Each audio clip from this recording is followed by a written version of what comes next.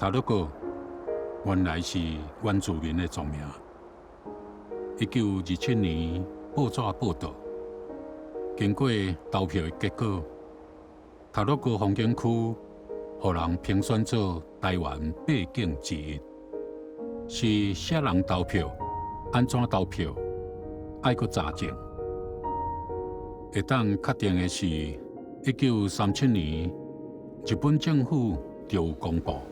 楚高、塔鲁哥、大屯、新高阿里山3个国家公园的规划。后来因为战争，这个计划拢总停顿。1956年7月7日，国民政府的营工处动员10000多名的营工投入开路。经过3年9个月，过18天。东西环贯公路到这才算成型。这个工程有偌艰难，看燕子口这段旧路就知影。悬、行、无卡路这无打紧。一支山本身就是一粒静巧巧的超级大岩石，若是开路，爱阁开窗啊！甲大自然照光，每一寸的道路拢是无数的火光，甚至是宝贵的生命换来。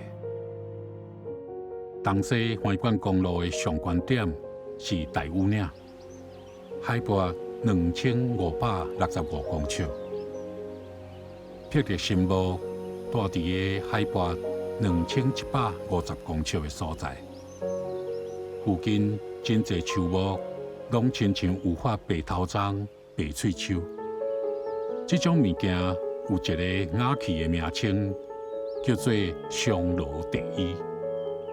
这种物件对温度甲空气品质的要求真悬。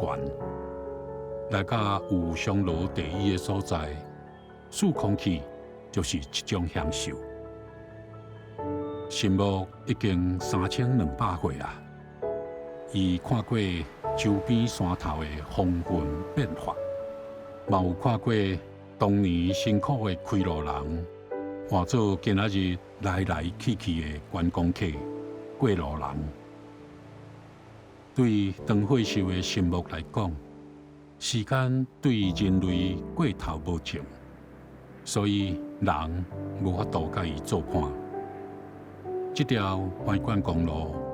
只要用路的人好好啊保守，应该也有几百年的时间，会当陪伴伊继续看周边山头的风云安怎变换。